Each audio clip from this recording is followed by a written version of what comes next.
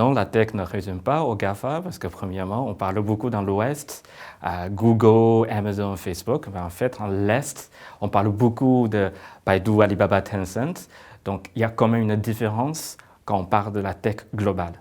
Et deuxième niveau, si on parle de la valeur créée par les titres technologiques, on ne parle pas que des valeurs financières, parce que c'est vrai qu'en termes de valorisation boursière, GAFA occupe beaucoup plus en termes de pourcentage, mais en termes de création de valeurs sociales, il ne faut pas oublier les autres petits acteurs et surtout, il ne faut pas oublier les valeurs européennes.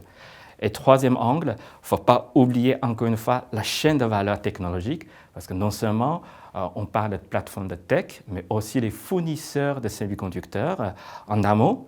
Et derrière, il ne faut pas oublier les clients qui utilisent les données, qui utilisent les services des plateformes Internet pour améliorer leur productivité. Donc c'est tout ça qu'on parle. La tech ne résume pas que au GAFA.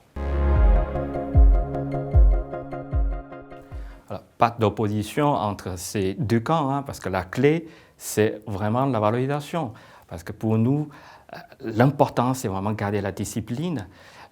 C'est toujours assez facile de surestimer le potentiel d'une révolution, de l'innovation de la tech. Et parfois, c'est assez facile de sous-estimer le potentiel de transformation dans un secteur traditionnel. Donc pour nous, l'importance aujourd'hui, c'est qu'avec la reprise des économies, c'est beaucoup plus facile d'investir sur les valeurs traditionnelles qui ont utilisé la technologie pour propulser leur productivité avec l'ouverture de l'économie. Mais en même temps, on va toujours rester assez sélectif sur les valeurs tech parce que là, à un moment donné, il y a quand même des points d'entrée assez intéressants en train de se créer.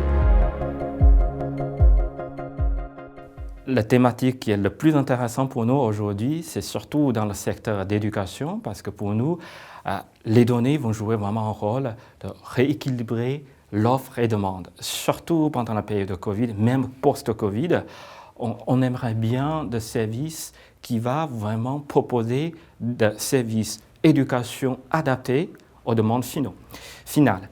Et deuxièmement, ce qui est intéressant pour nous comme thématique, ça pourrait être dans la technologie de développement durable. Par exemple, un acteur dans le solaire qui collecte des données pour améliorer l'efficacité de production de l'énergie solaire.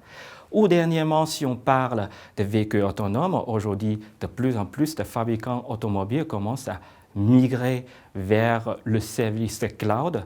Donc, encore une fois, ce sont les utilisateurs de données qui commencent à utiliser l'infrastructure qui a investi depuis des années, d'améliorer leur productivité, d'essayer d'améliorer leur compétitivité vis-à-vis de nouvelles concurrences.